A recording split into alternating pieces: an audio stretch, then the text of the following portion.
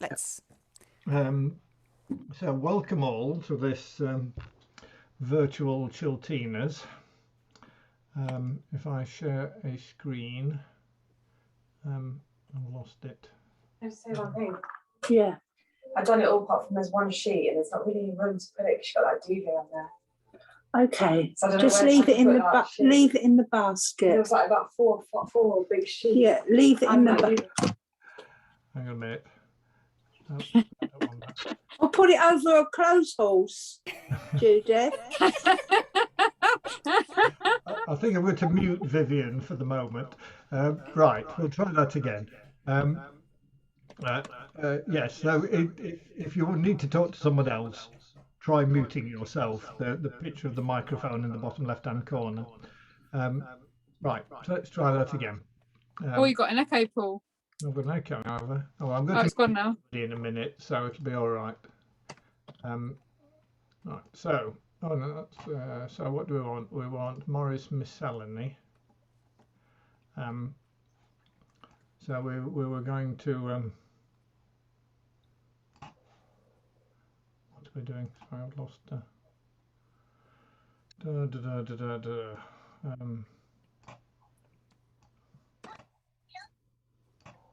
I'll be with you in a moment. I'm just trying to adjust my various bits of things on my screen. I have more things on my screen than you have on yours, is the thing.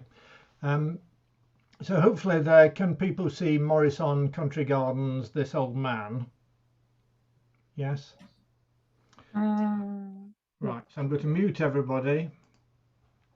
Everybody is muted. Did that work? Yes. So we did these last time, so let's just play through these. The first three, Morris on, Country Gardens, and This Old Man. Play them through exactly as writ, and then we'll stop, and then we'll do the next three, Old Molly Oxford onwards. So this is sort of going to be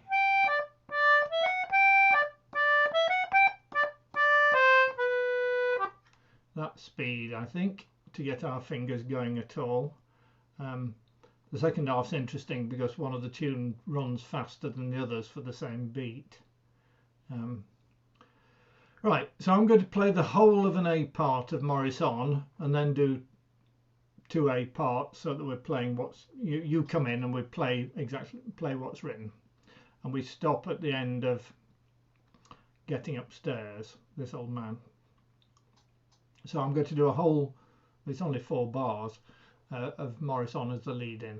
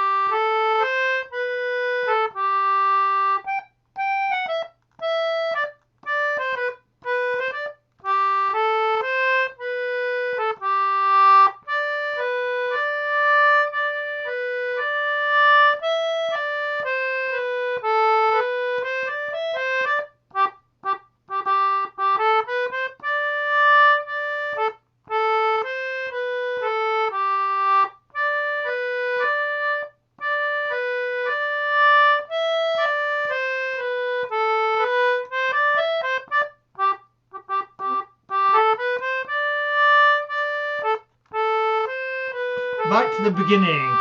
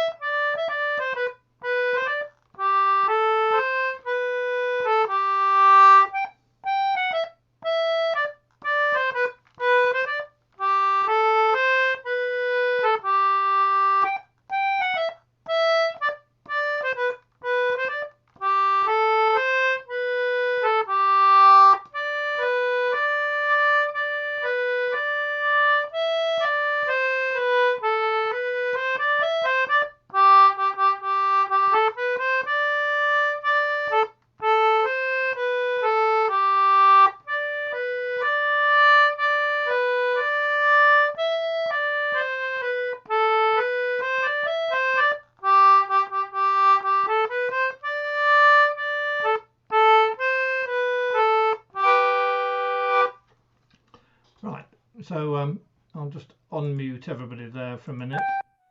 It is unmuted. Any particular comments on those? Too fast, too slow? Perfect. Perfect. Right. Okay. Right. So I now need to shrink this slightly to get the next lot on.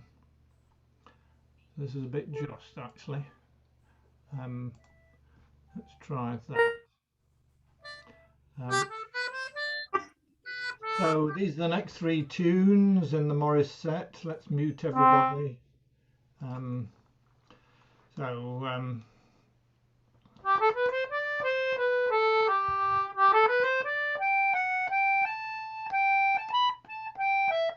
The trouble with that is if we do that at that speed, then step and fetcher gets a bit fast.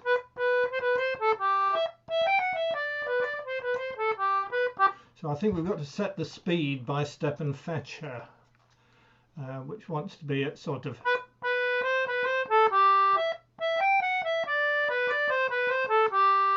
I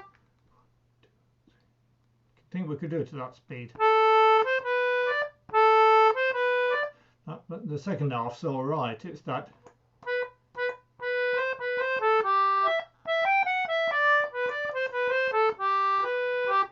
That's sort of the hardest bit if you don't know it.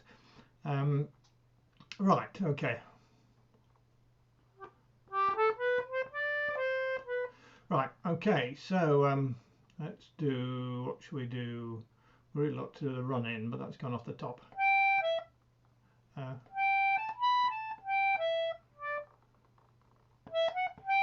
Right, are you going to get a last 2 bars of Old Molly Oxford as the lead in? Two bars and 2 quavers.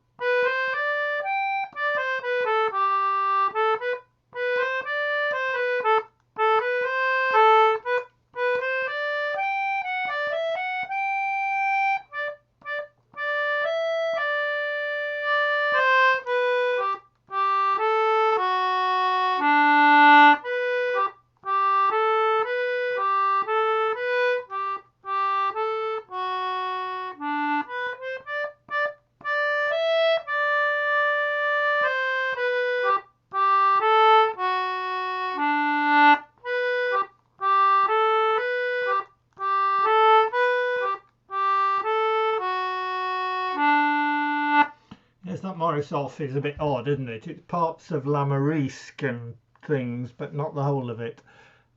It's a bit peculiar.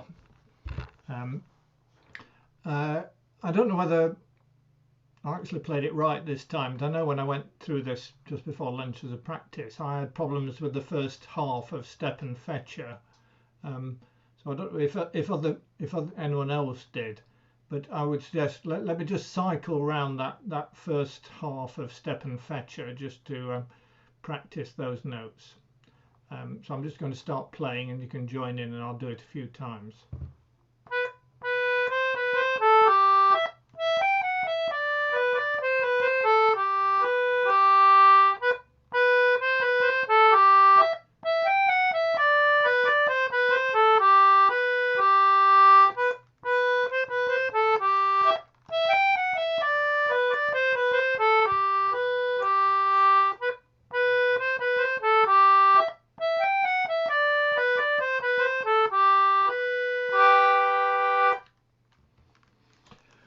Right, so the real question, I suppose, is whether we stand any chance of playing the whole of this concoction together.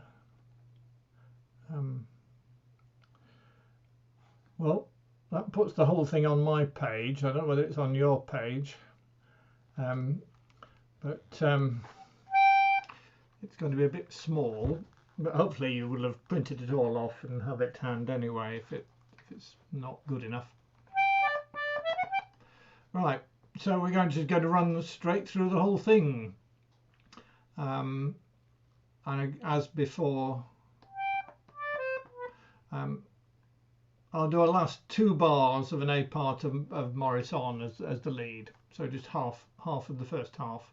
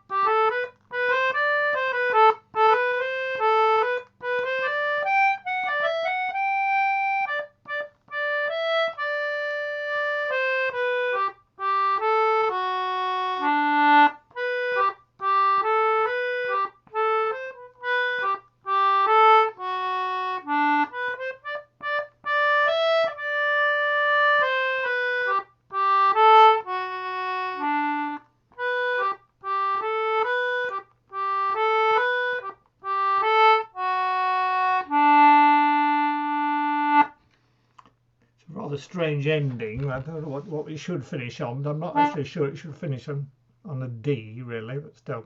I think it probably should just finish on a G instead.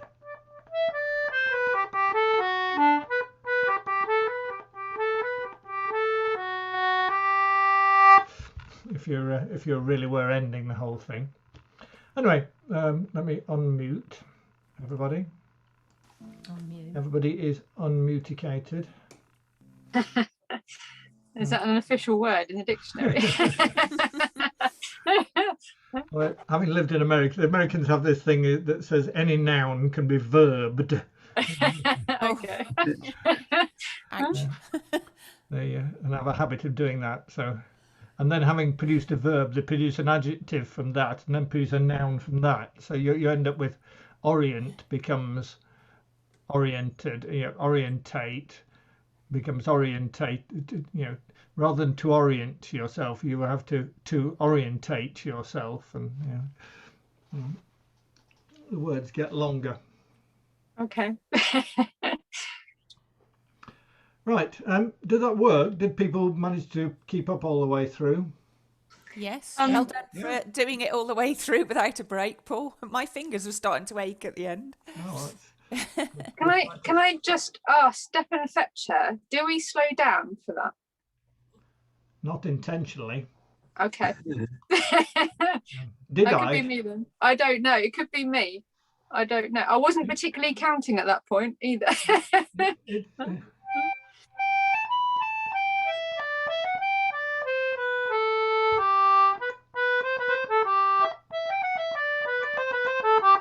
It's just got there are lots more quavers in it, so it just sounds fast. Okay. Which is why I think for the whole piece you've probably got to. It's not a bad idea always to find the hardest piece and the hardest section in the whole piece, and then set your sensible speed by that, and then try and go back to the beginning. So that's what I did. Absolutely.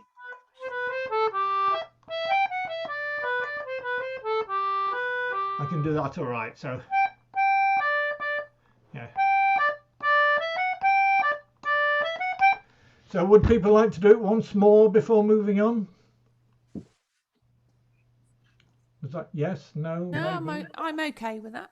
You're all right with that. Right, shall we move on then to Batir de Palmas? So Batir de Palmas, we've got several things here, haven't we? We've got the original one that John provided, which is that one. We've got I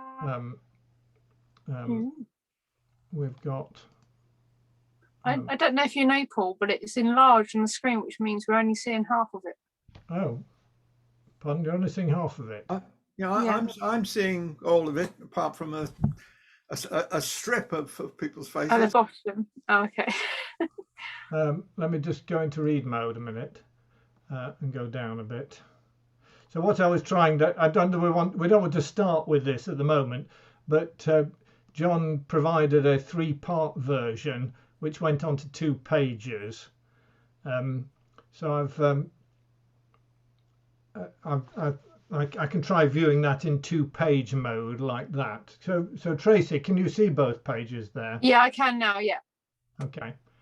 It's interesting. I had to put in a page with this space intentionally left blank to get them on the right and left halves of it appropriately. You're not looking on your mobile phone, are you, Tracy? No, I'm on the tablet. It's okay now. Yeah. Okay. Let me just go back to single page, and so we just stick with the top line initially, and try and work our way through this thing with the single part, and then we'll go over to the multi-part one. Ooh, that sounded painful. Right, I'm going to mute everybody.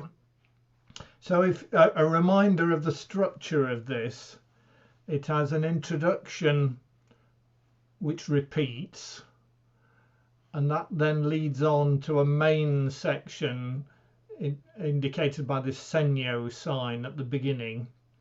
When we get down to this here, there's a DS, which means dal segno, which means go back to the sign.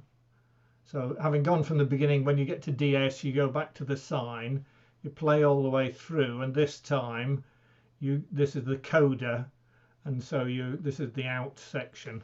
So you do the intro, the main bit twice, and then the out is effectively the structure. Right, so Paul, can I just ask, yeah.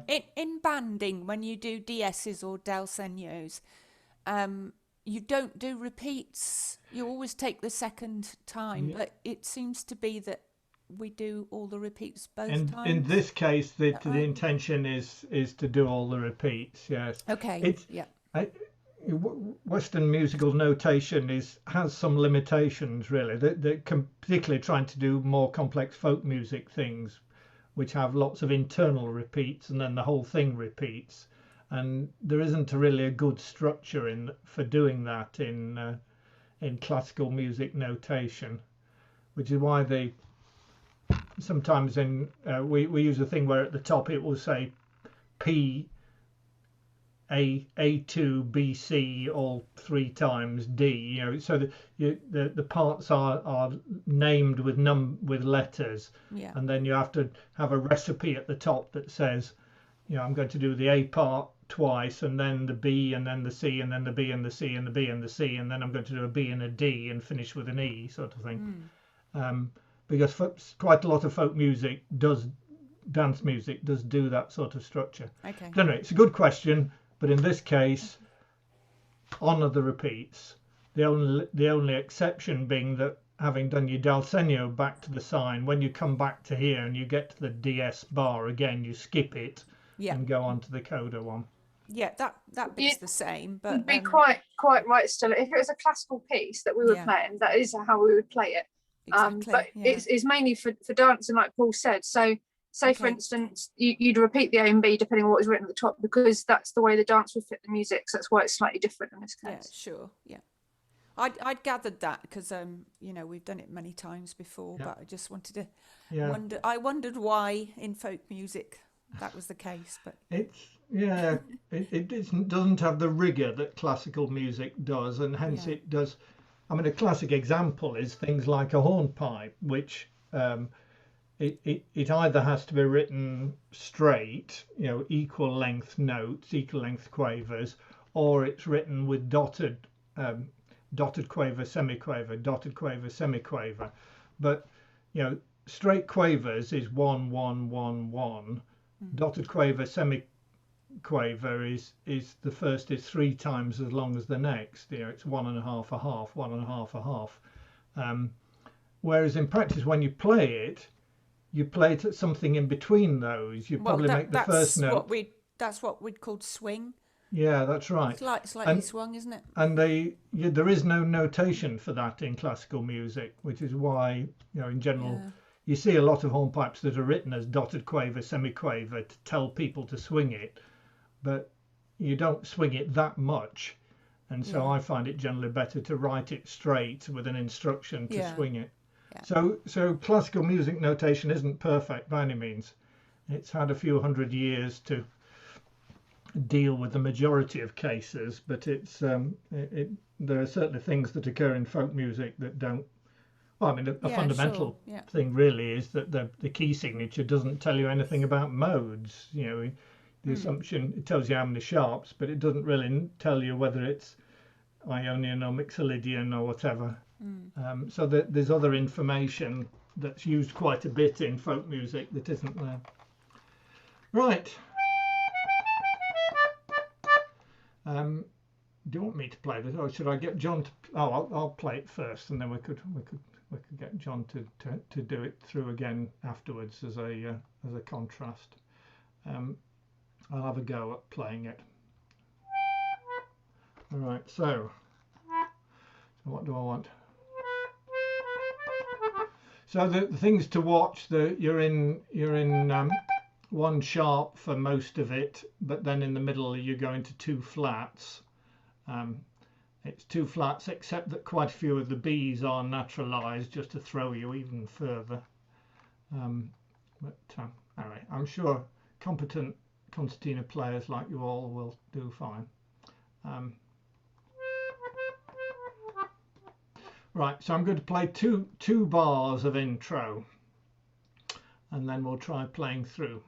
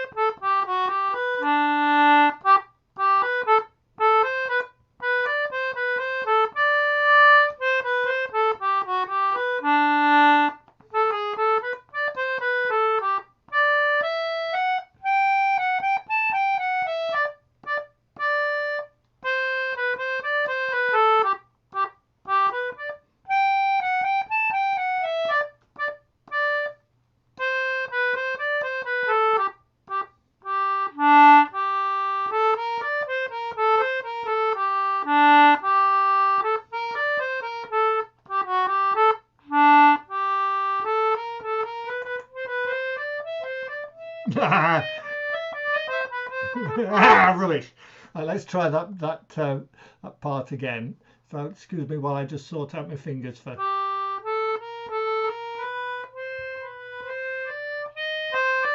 Yes, I forgot the E flats. That's what went wrong. It's not just getting the B flats right. You've got to remember the E flats as well. So we'll start at the beginning of the change of key, the bar before. So you're going to get 4 notes and then in from the place that says G minor over the top. And I'll do it a little bit slower actually, I think perhaps.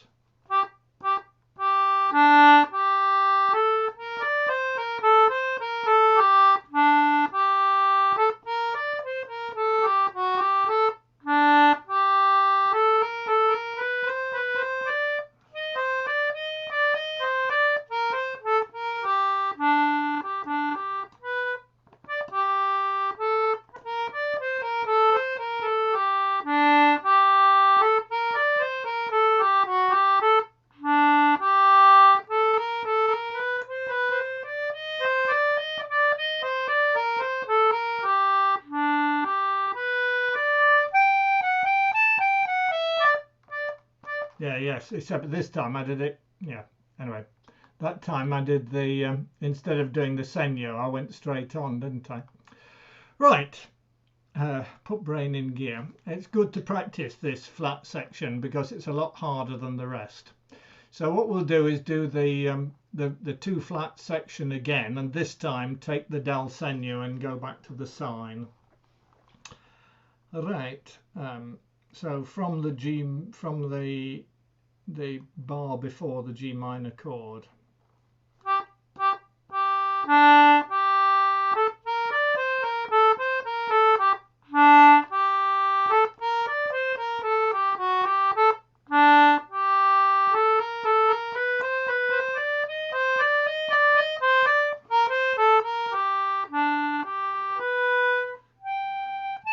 Rubbish.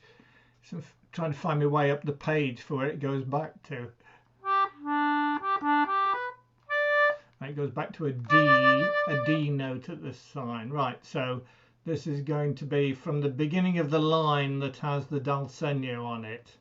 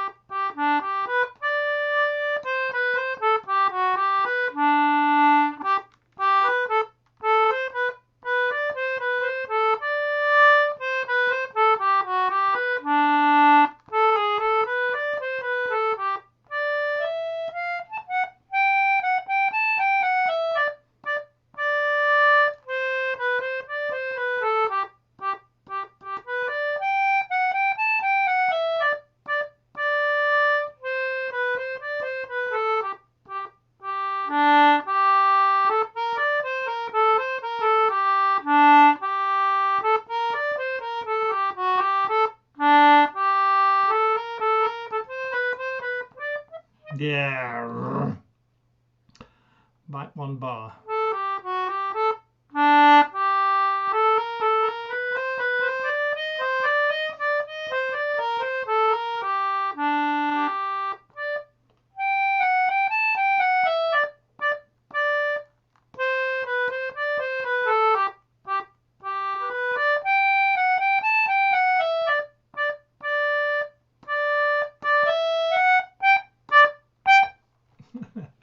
Yes, well, maybe I should have let John lead it. Let me just unmute everybody. What Sorry, did I'm just people grabbing my think to washing that? and it's raining. I'll be back. How well did people do? That bar. Are there particular sections that need slowing down and doing over again? Yeah, the one with the flats in. Yeah. Right. Two bars. Yeah. Let's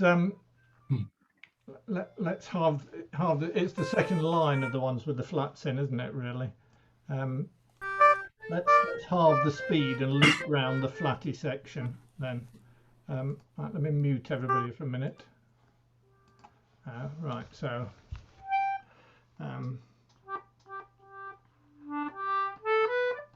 right. So I think I'm going to play the whole of the flat section, but at about half the speed.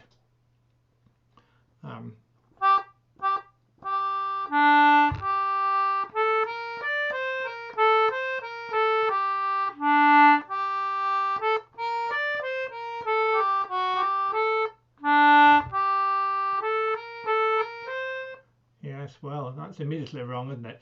Right. Okay. So it's not the first line that's the problem, is it? It's that one, the one that goes with the more notes in it.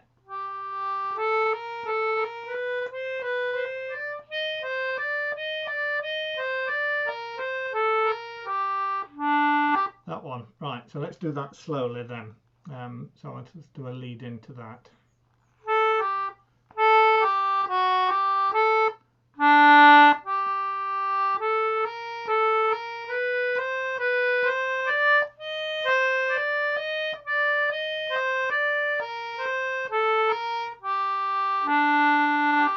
Again.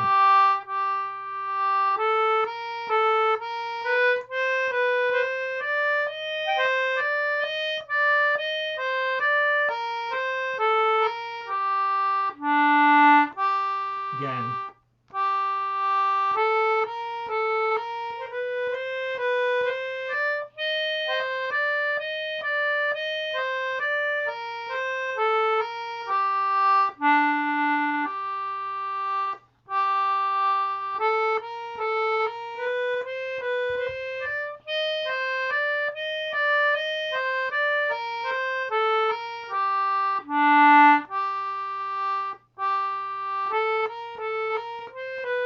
Yes.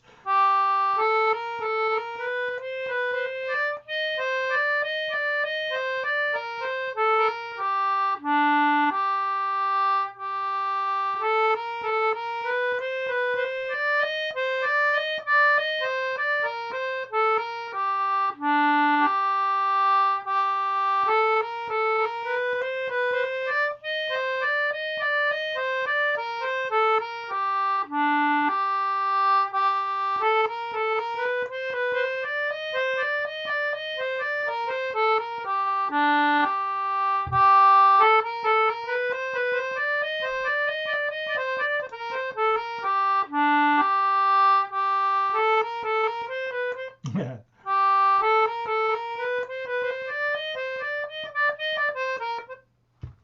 I was doing it fine up to that point.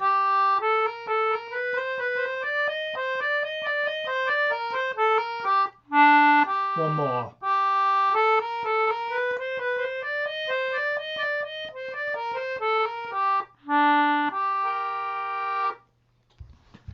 And I find that's what I've got to do if there's a piece I can't play well. Let me unmute everybody so we can see. I think the trouble with it is that there are some horrible notes and it makes you feel that you're doing it wrong. Yes, but when you get it right, it sounds right. It just. I'm not doing it. I'll tell you what though, it's a great piece to practice stuff like that because it's not a key you normally put together, and changing in the middle and going back is a great brain thing, isn't it? Yeah. Yeah, and putting two B naturals in the middle is just cruel. It sounds great. It does sound good, yes, I know, that's right. But you've just sort of persuaded your brain that you're doing B flats, and suddenly you're not. But yeah, you just need to take a section like that and loop round it until you can't do it wrong. That's the thing. You don't practice till you get it right. You practice till your fingers do it automatically, and you can't play it wrong.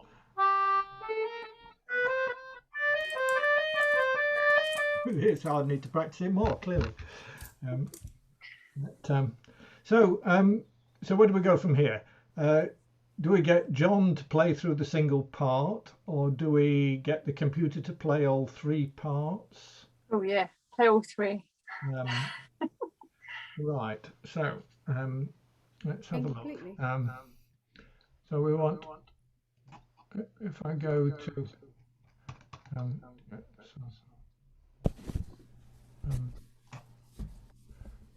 But view. Be a slight pause while I work out my page display things here a minute. 2-page view. If we do it. On the next page. Come on, next page. Thank you. No, it's too. That doesn't work. Does not work. Right. So it does have to be that size. That size, and get out of read mode perhaps. Not sure. Go back to read mode. Yeah, I think that's probably the best that we can do. Right, so I now need a sound file.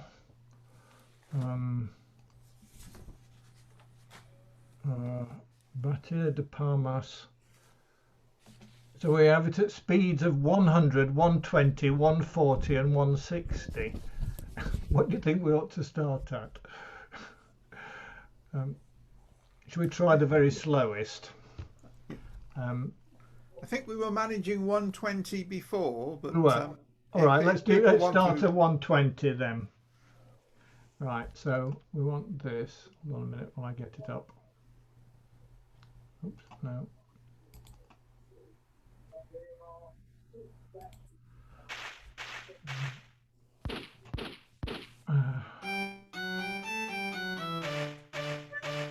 I'm not playing it properly at the moment. Hold on a minute. I'm just still wiggling windows around on the screen.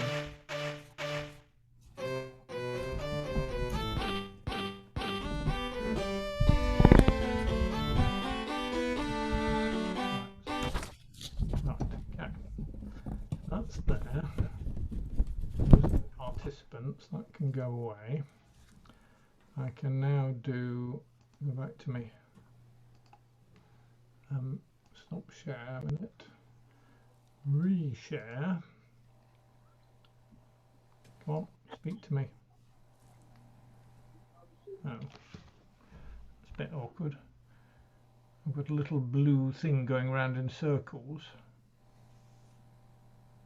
You've frozen as well, Paul.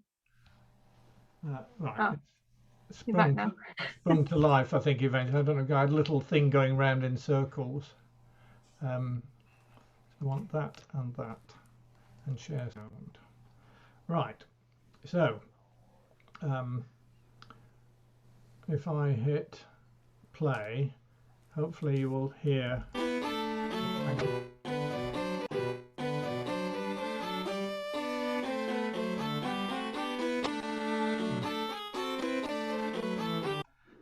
It's possibly a little quiet. The things from John tend to be. I normally amplify them, but I don't think I've got any control over that. I can put it up a bit. Hold on. Right, let's have a bit more oomph. Let's try that again. You may have to turn up your own volume. Right. Okay. We'll go back to the beginning.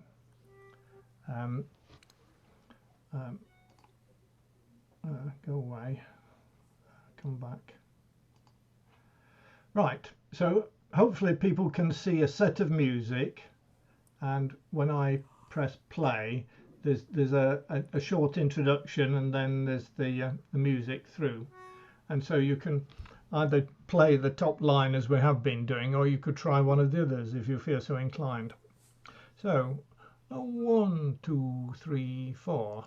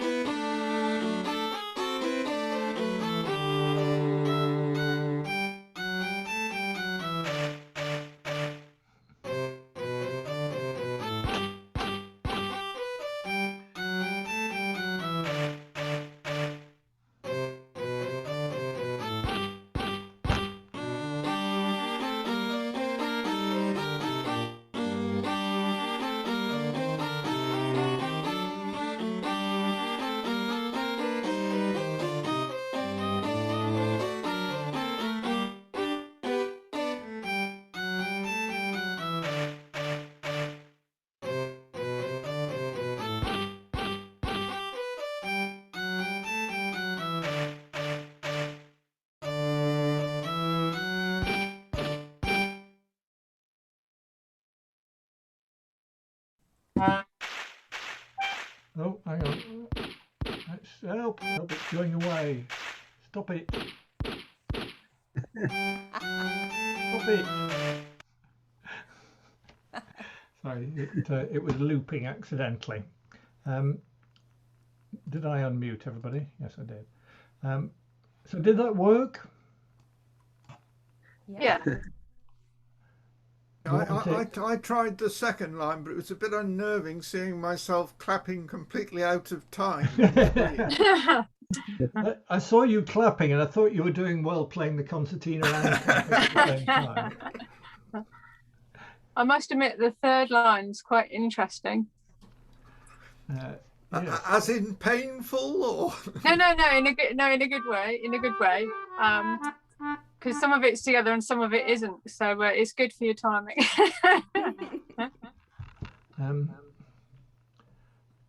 Yeah, so we could all try playing the bottom line. Bottom line is, I think, more interesting than the middle line. But, so, John, would you like to? Could you play us through the bottom line if you said that's what you were doing? I could do. I haven't got my the baritone is downstairs. Shall I just quickly go and get it? Yeah, where's John? Sorry, it should only be about a minute. Right. In the meantime, shall we just go through that again as it was? exactly the same thing as before. Having slight difficulties with me.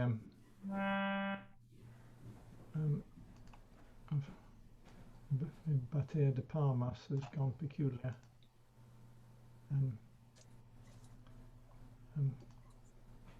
Right. Here it goes. Oh.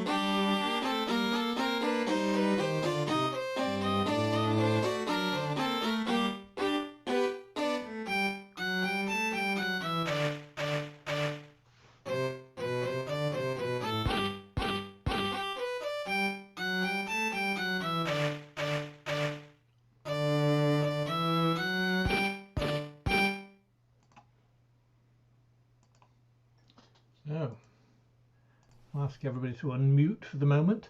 Right, so John, are you willing to play the third line, and then we can put whatever we want against it? Yep, I'll have a go. I'll play it along with, I'll play the black notes above it. Yeah, right, so I need to mute everybody. I'm going to mute everybody, right, and then John, I'll unmute you. Right, you're unmuted, John. Okay. I'll probably play it in a minute. So you have control. Yeah, probably play it slightly slower than the other one because I was making a few mistakes on a play-along basis. And I'll just, as Paul did, I'll play the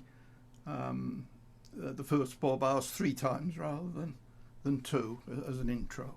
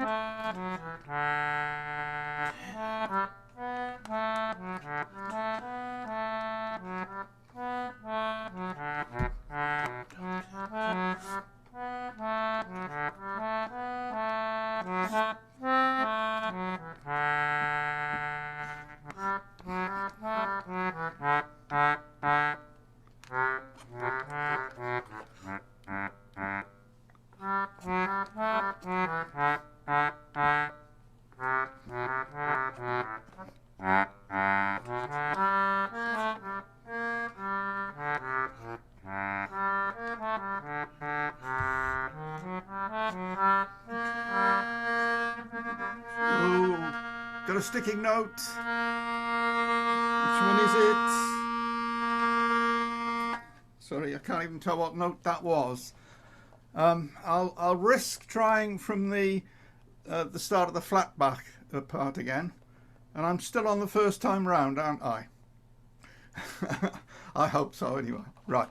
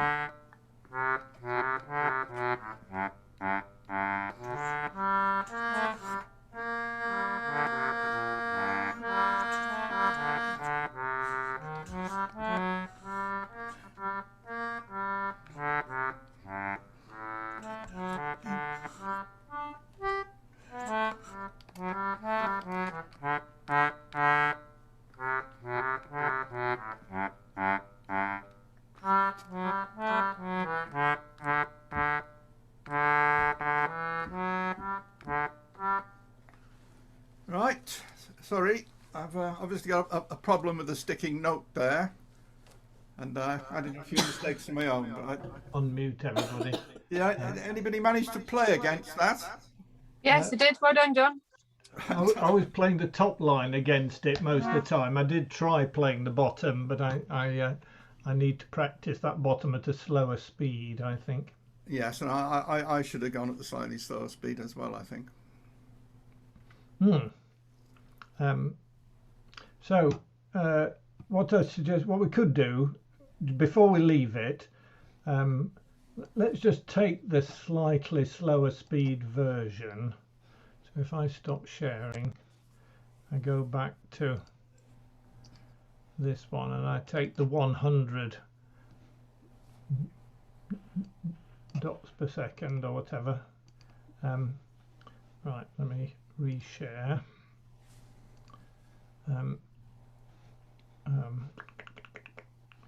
Share sound, that and that. Right, that's loud. Okay. Right. So this is the slightly slower version, and this time you can try playing the bottom line, inspired by John. Right. Let me mute everybody. There we go. Slightly slower version starting now.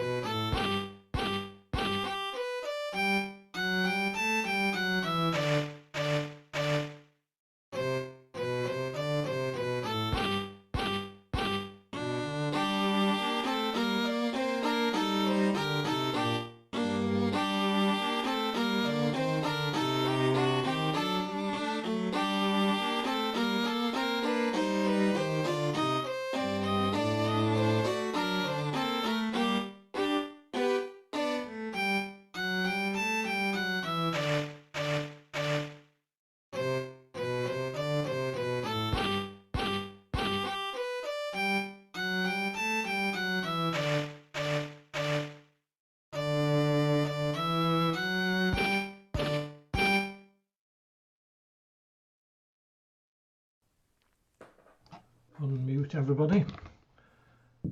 Right, was it? Stop sharing so we can see. Was that any easier at the slower speed? I could manage the bottom line for everything except the hard bit of the flat section. So I need to practice my flat section of that bottom one. But when we get back to being together physically, it'd be quite fun to do that in the round, wouldn't it? With appropriate foot stamping and. That'd be interesting. Right. Well, it's time for round the room. Who has been playing something and would like to offer it to the assembled throng? I wanted to try out a round. Oh. Should just about work on Zoom. Did you get the sheet music I sent on? I did, and indeed, let me just find the thing again. Where's my share button gone? Go back to this moment. The next West Country session, I'm going to try Christchurch Bells in 3 parts. Right. So I'll play against a recording of myself, and people will join in with the middle part. But I've lost the original one here for a minute. Do you want me to get it up on my screen? No, it's all right. I've got the reset version. I've got the it. things here. It's all right. I just need to find it. Can't let anything.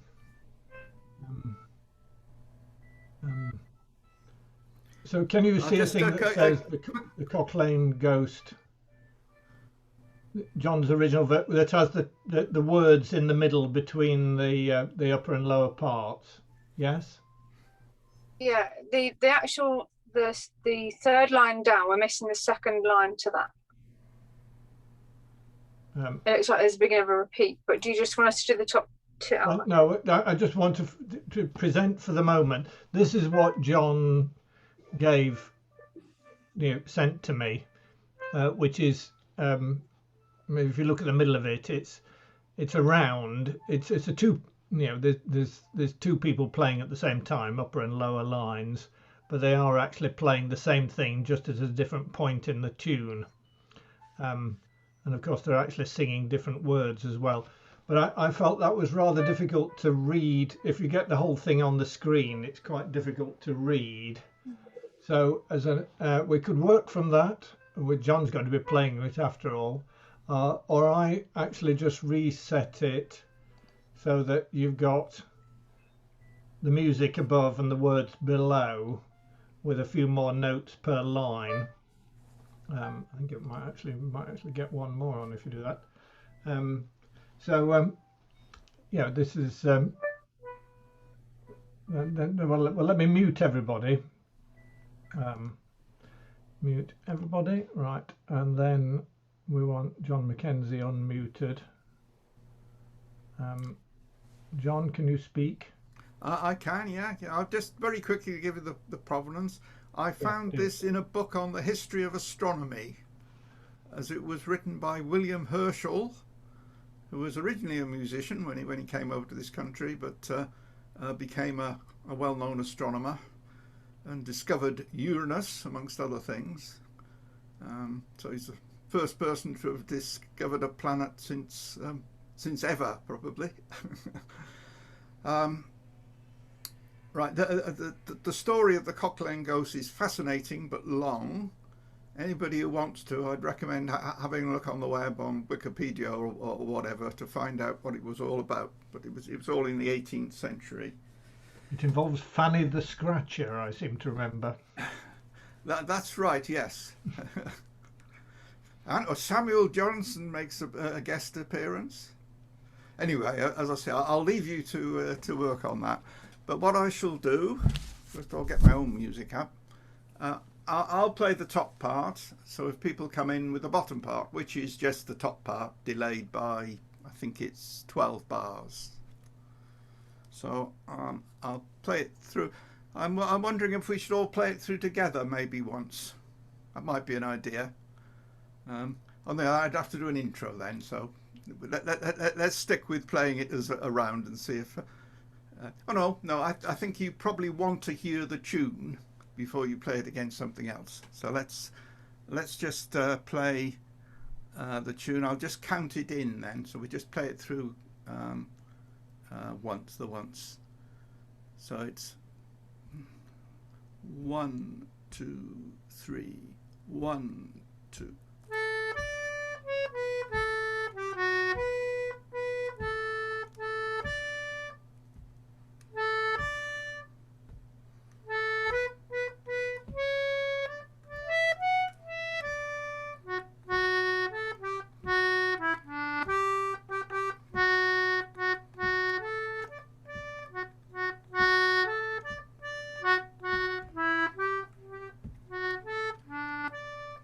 Sorry, I shall try it again.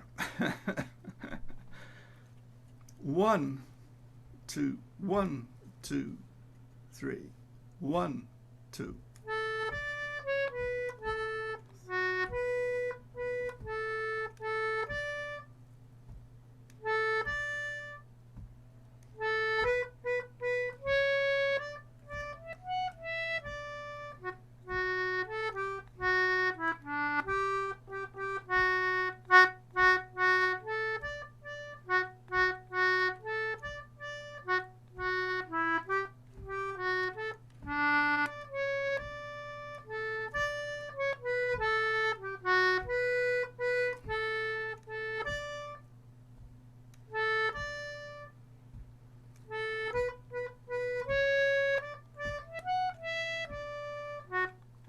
Sorry, I played 1.5 because that's what it's got written down. But I hope I gave a chance to practice.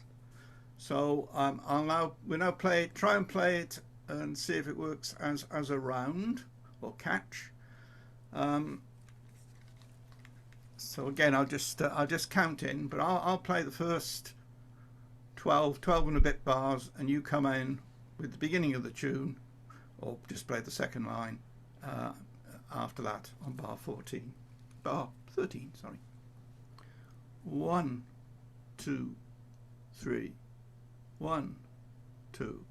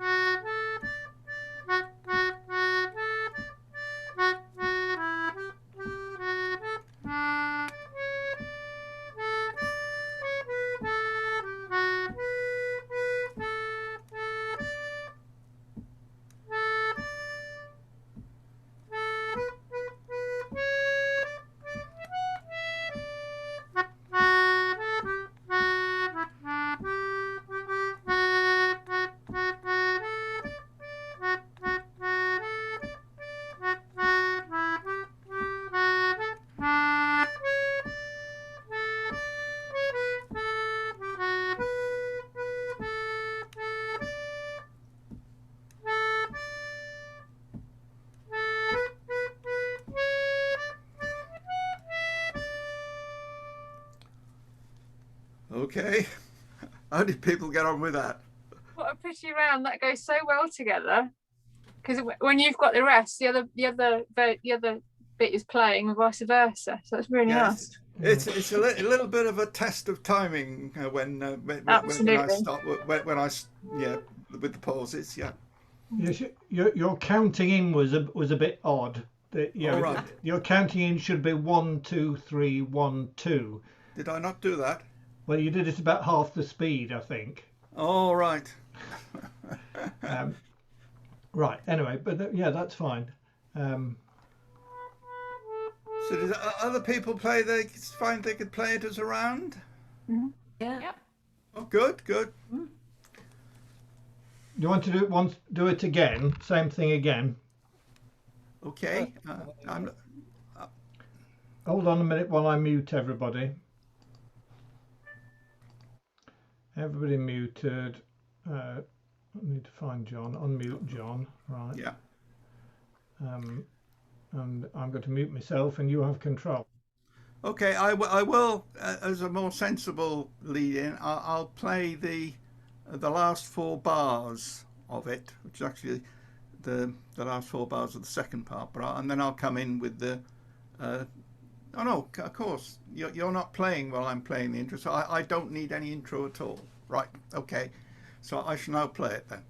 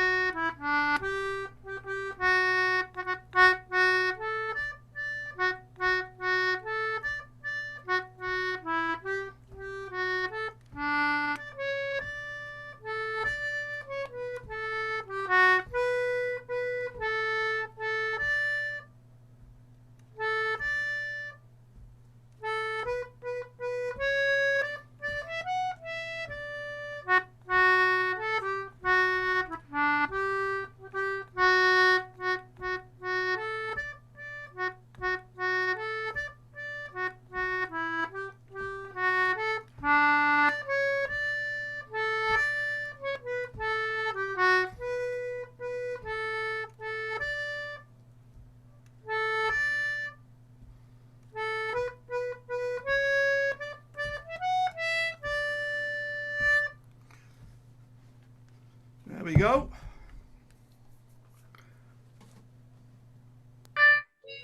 So that was meant to be, I think, basically sung as a catch in the glee clubs that were popular in the 18th century.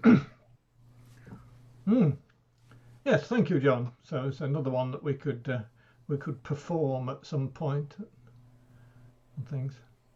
So I did a web search. I could find lots about the Cock Lane Ghost, but very little about this. Nothing about this tune, even putting in Herschel. No, I couldn't either. So where did you find the tune from? It was an appendix in a book on or a volume of a book on the history of astronomy. So it had a chapter plus on Herschel, and obviously as part of his researches, he found this. So I suspect that Herschel didn't make much money out of it. Otherwise, there would have been broadsheets and so on that would have been preserved. Indeed, yes. It would be in Steve Roud's library, which it isn't. Open with. Go into the Herschel Museum and ask them. Herschel lived in Bath and was organist at the Octagon Chapel in Milson Street. Right. And so the house he lived in New King Street is now the Herschel Museum. So it's quite interesting if ever you're in Bath to pay it a visit. Well, I could check with them via email, maybe, and see. Because the music I've got, it's got extra words, but they don't seem to fit to the tune given. So I don't know whether there's more tune or they're somehow shoehorned in. But it's possible that they've got the original of it. I just thought, out of interest, if people want to hear how the two bits fit together, hopefully you can see a easy ABC thing. I'll start it playing and then we'll see.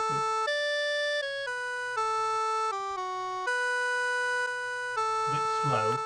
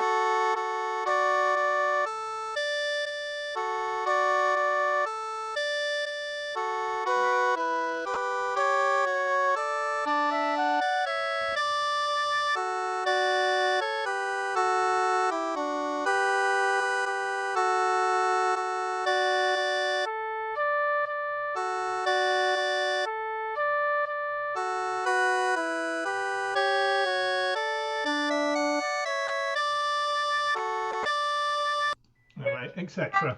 That was a bit slow, I think. When it goes are fairly slow, aren't they, really? What speed was that? I didn't have a speed, that's why it's a default speed.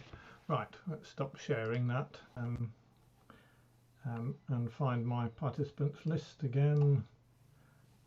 Of unmuting everybody. Right, anyone else have anything something more cheerful to offer to play and around the room?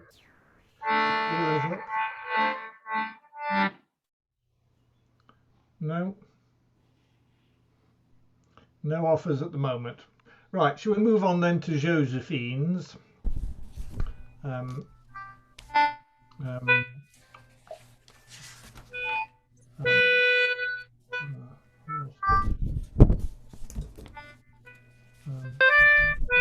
Interesting.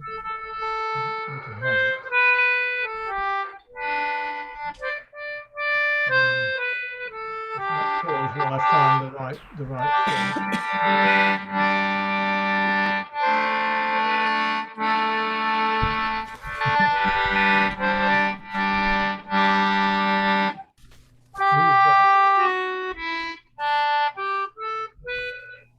Right, so everybody.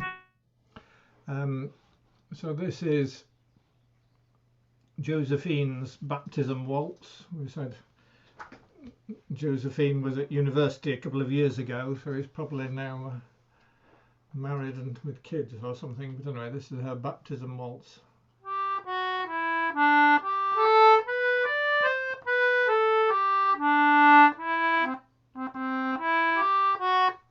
Etc. So I'll play through the black notes as writ, and then play through the red notes as written, and then we might try doing it against the computer. So it's got a bit of an intro anyway, so I'm just going to count 1, 2, 3 and come straight in. 1, 2, 3.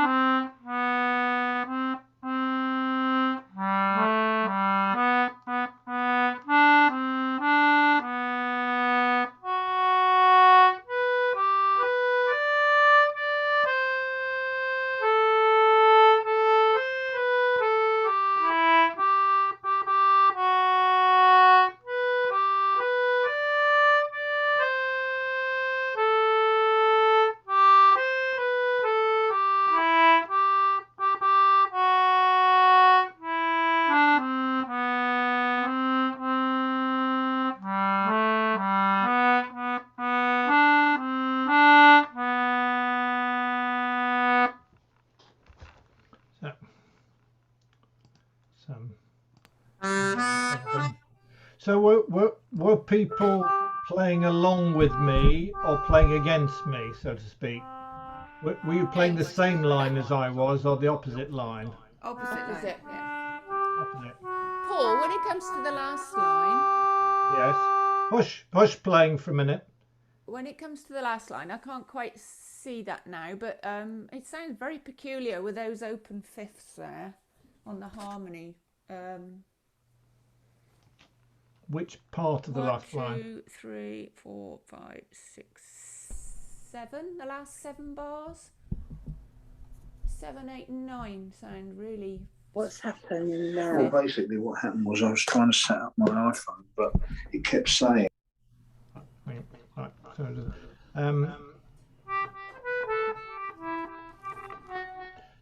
so the ones with the chords from C. So can you say again? It was Stella who was talking, was it? Yeah, it was me. Yeah. So bars 7, 8, and 9 back from the end. Back from the end. Yeah, are open fifths. It just sounds a bit weird. I don't know if it's meant to be like that. Yeah, I suppose they are.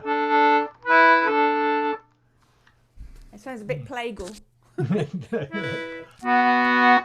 Yes, I didn't write it.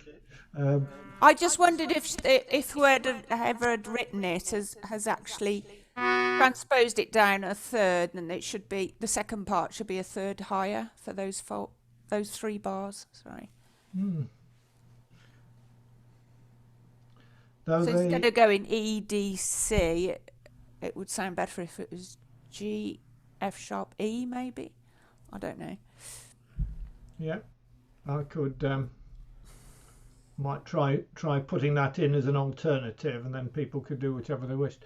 I mean, they're perfectly reasonable, are they? Yes, they are. No, they're not. I'm just thinking. The chords over the top are sort of appropriate, aren't they? The notes are in the chord that's written over the top. Yeah, but no, not exactly. No, so that they're a third. I think they're a third out. I think the second part should be a third higher.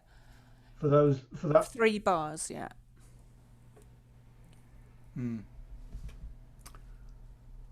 Yeah, which would make the D chord, right then, wouldn't it?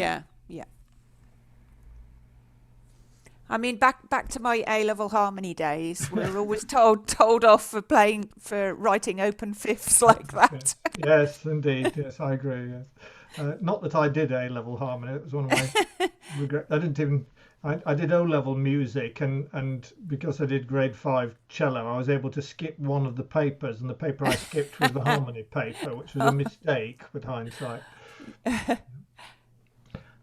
Right, okay, I will bear that in mind and try a little experiment of transposing that up by a bit, but I don't want to ruin what Roger Tolroth might have intended originally. No, that's true. But in 1992, was that when he wrote it? Yeah, I think so. It's when Josephine was baptized, I think. Okay. Might be a Jewish thing or something like that. Swedish, I think. Swedish, is it? All right. Right. This is frequently played in sessions, but other versions I've seen haven't got the first bar. They descend in 3 notes. Yeah. And when you repeat, it doesn't sound to me quite right. No. Back to the stave. You shouldn't repeat the introductory 3 notes. Yeah. Now my preference would be to lengthen the final note of make it 2 bars, the final note of the second line, but to go back to the second bar rather than the first.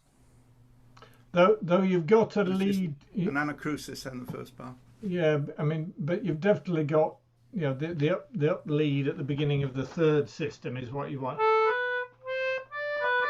The lead in. So that's all right as a start. It's then and then. So let's try this again.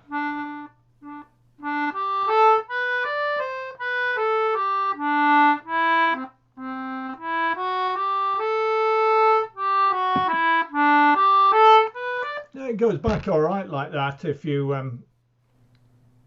I think that the going back, you want, as you say, you could just hold. You could have first and second time bars and an anacrusis and thing. But I think that works all right. If you've from the beginning you've gone, and then when you're coming towards the end of the first of the A part, 1, 2, 3.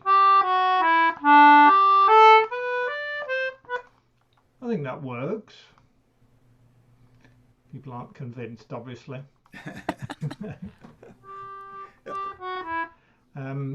I think it's in the folk tradition now, isn't it? So there are a few variants around. Oh yes, that's right. Yes, we play. This is Paul Hardy's variant of Josephine's "What's It What's" by Roger Solroth. Right. We did have. Did we have? We have a Josephine. I have a single plot,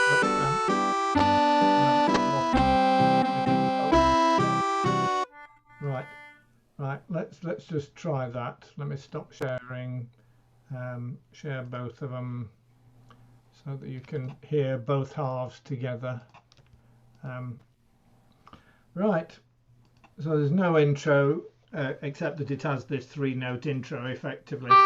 So let me mute everybody if I can find me in the list again. Right, so I'm going to say 1, 2, 3 and press the button. 1, 2, 3.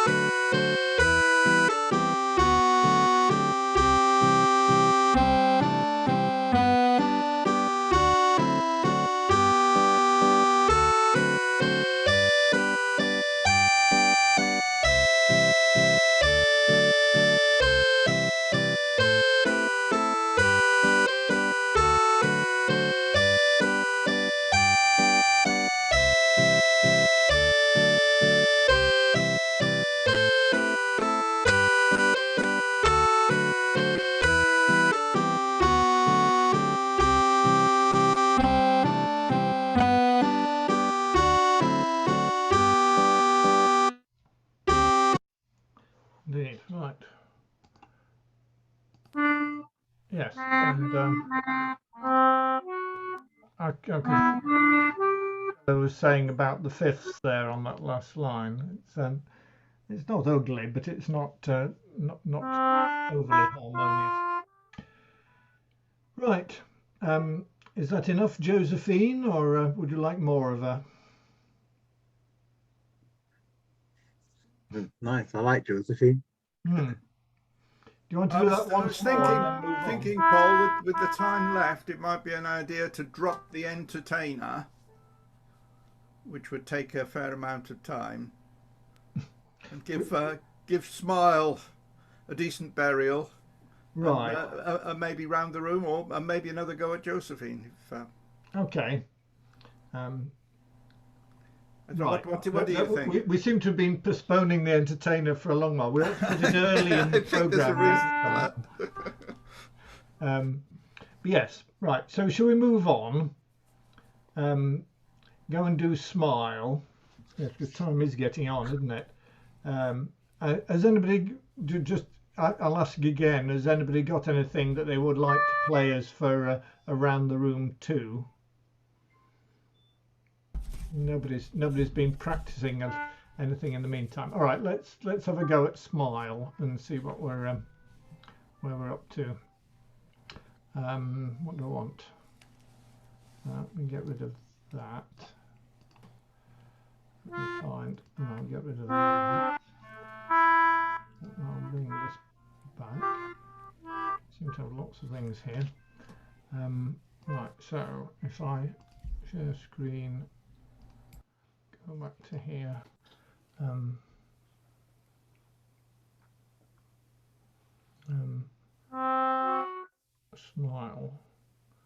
Smile 2 parts with harmony. Just before I do, let me just. I'm trying to remember what I did with Smile with harmony. Right, I had a coloured version, didn't I?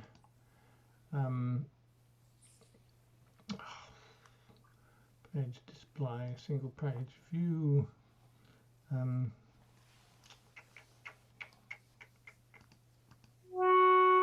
That isn't the one we want.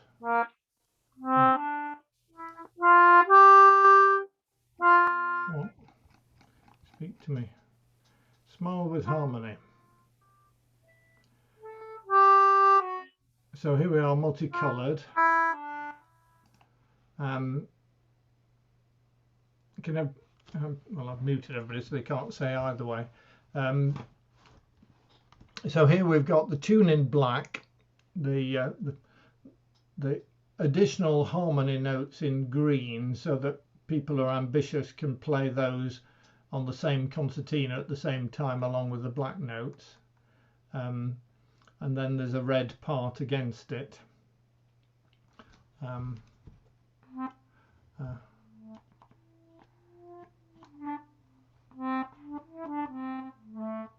Right, so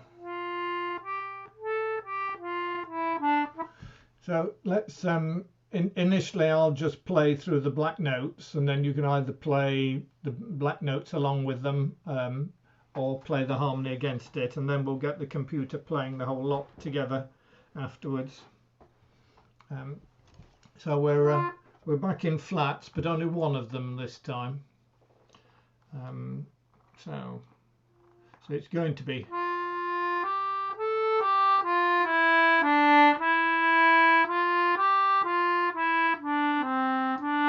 think that sort of speed is what we want, isn't it?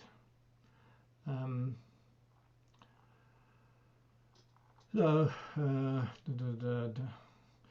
going to count this in 1, 2, 3, 4, 2, 2, 3, 4, and then start.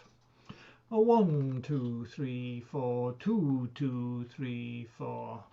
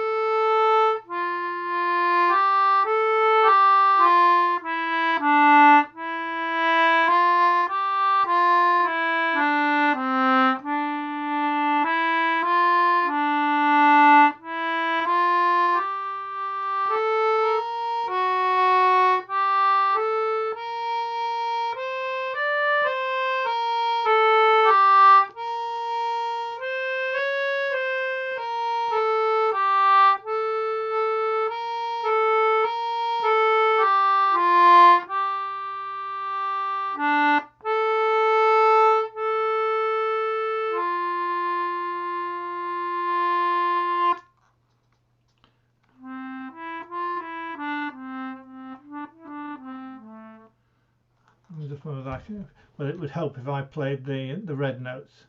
But no, I think we'll move on to the. If I stop sharing a minute, and I find the automated one with the parts in it. So we have Smile with an intro at 110 and 120. I think we're up to 120. I think probably.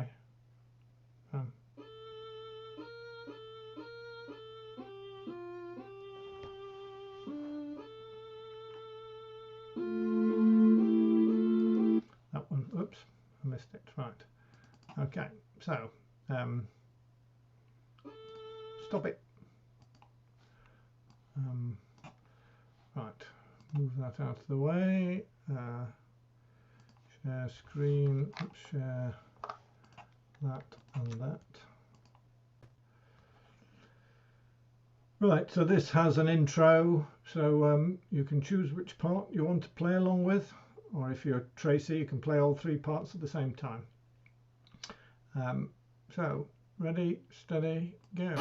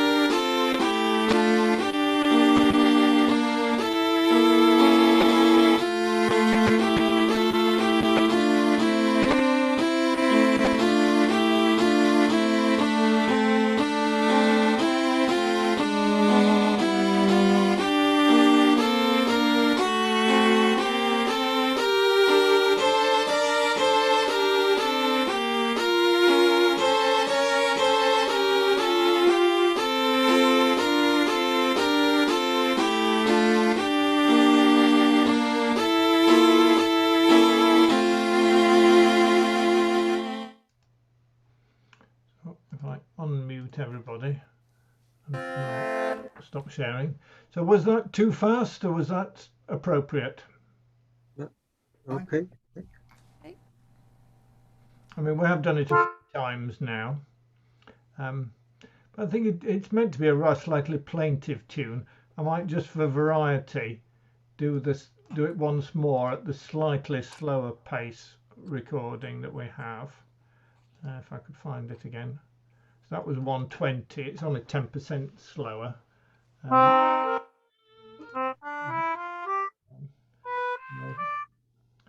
So we'll do the same sort of thing again. No screen, that and that. Mute everybody. So it has an intro, I think. So you get the intro and then it goes.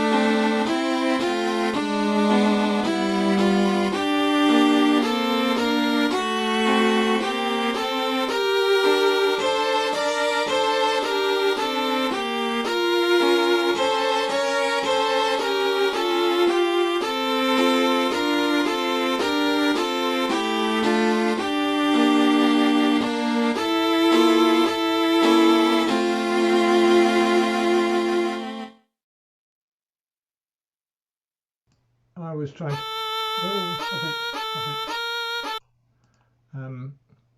I was playing the red notes along with that, and I got myself in a mess at one point.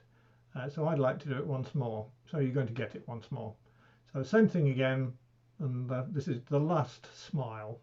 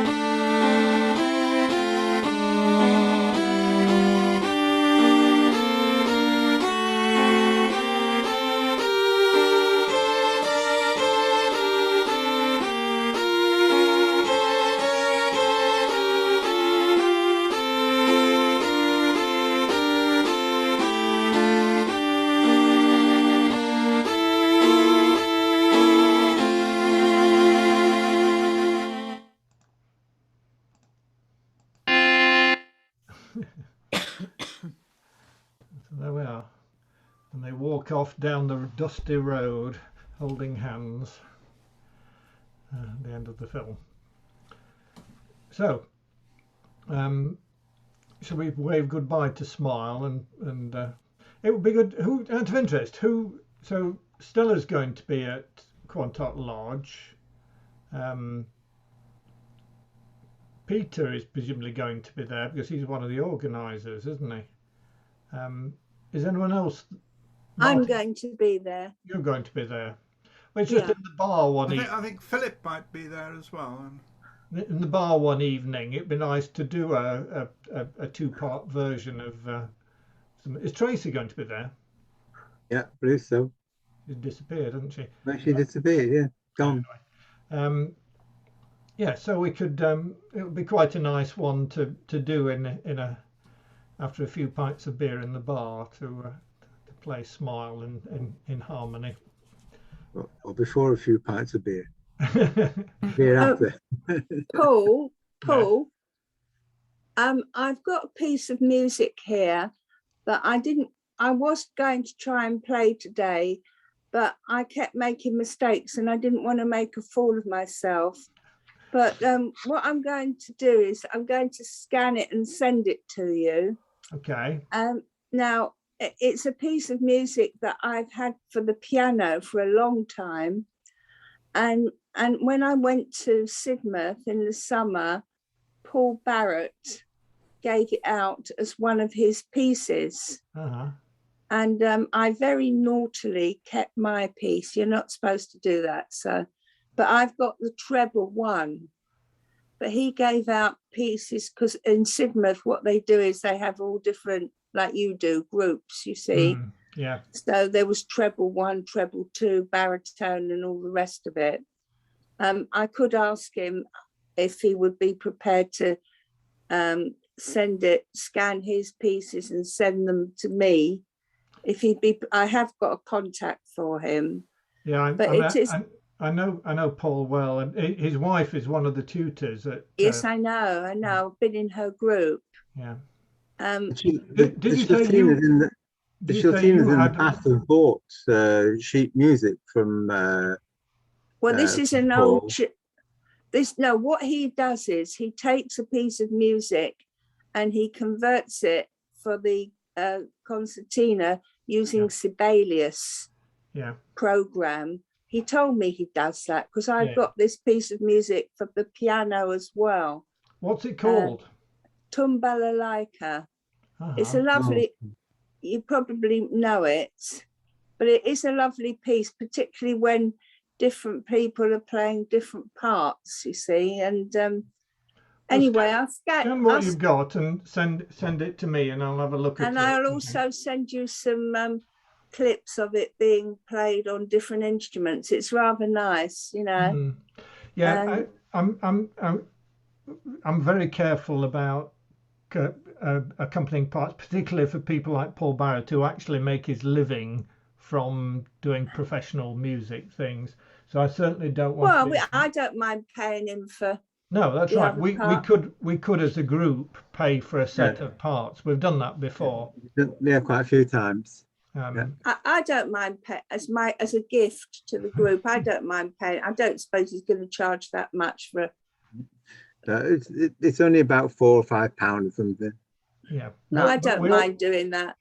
I'll contact him and I'll say that, you know, I really would like to play in a group, because it sounds really nice when it's all played with different, you know, different parts like you did earlier. Yeah. It sounds much better that way. But I would have played it today, but I just kept making a few mistakes and I didn't want to make a fool of myself. So it's impossible to make a fool of yourself in this forum. Well, anyway, I'll scan it and send it to your email. Yeah, okay? do that. Yeah. Okay. And I met Alex in a Sidmouth big band session, and we played a piece called Carol's Waltz.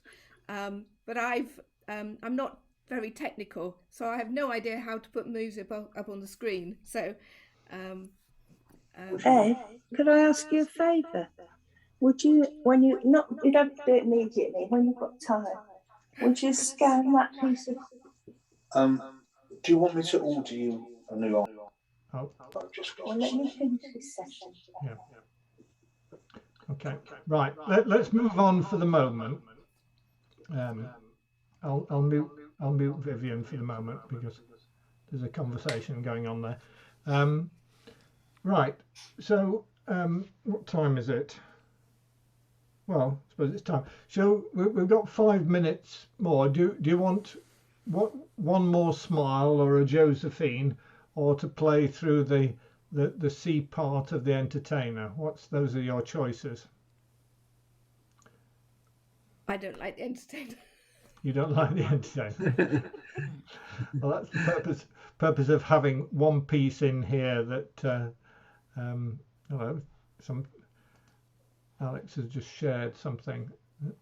He's shared the big Sidmouth Big Band August 2021.pdf. So quite what's in it. I think Debbie was telling us about one of the tunes. Did you say what the tune was, Debbie? Carol's Waltz was the one that we practiced. Is that what you're sharing, Alex? So we have another candidate, Paul. I wonder where it went.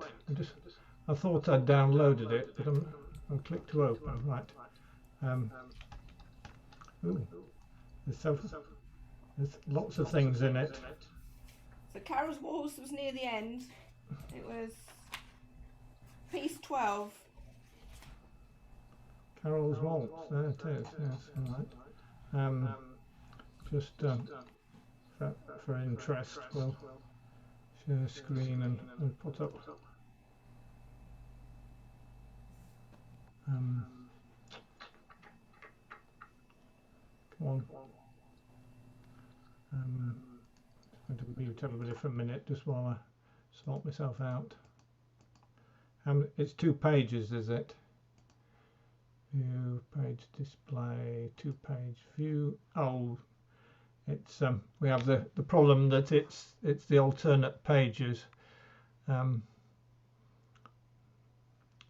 So this tune book was edited. It's Nick Barber's settings, are they? Probably.